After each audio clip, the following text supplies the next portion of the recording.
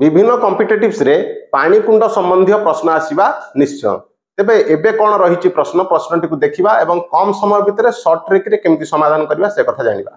प्रश्न कोन अछि गोटे पानी कुंडर 3/8 अंश खाली अछि सेथिरे आउ 210 लिटर जल भर्ती कले कुंडटी पूर्ण होई जिवो। तेबे कुंडटीर 1/4 अंश जल थिबा बेले केते लिटर जल रहे। देखो प्रश्न अनुसार कुंडटी मोट केते भाग होईछि कुंडटी मोट उपरे 8 भाग होईछि 1 2 3 4 5 6 7 8 भाग। प्रश्न अनुसार कौन कहूँ 3/8 अंश खाली अच्छी ताने 8 भाग रु 3 भाग खाली अच्छी ताने खाली अच्छी माने 1 2 3 3 भाग खाली अच्छी से केते पानी दरकार होची सेथिरे आउ 210 लिटर पानी दरकार ताने ये 3 भाग पाई 210 लिटर पानी दरकार।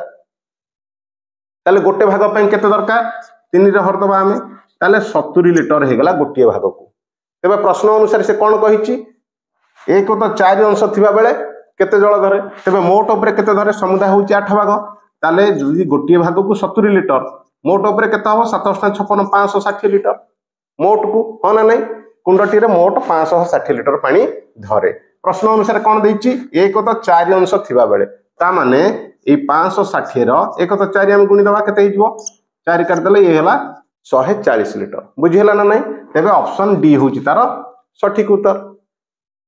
जदि समाधान टी बुझिल तेबे एई प्रश्नटी तम मानक पई समाधान करिवो कमेंट्स रे जणैबो लाइक शेयर आउ कमेंट्स मध्य करिवो।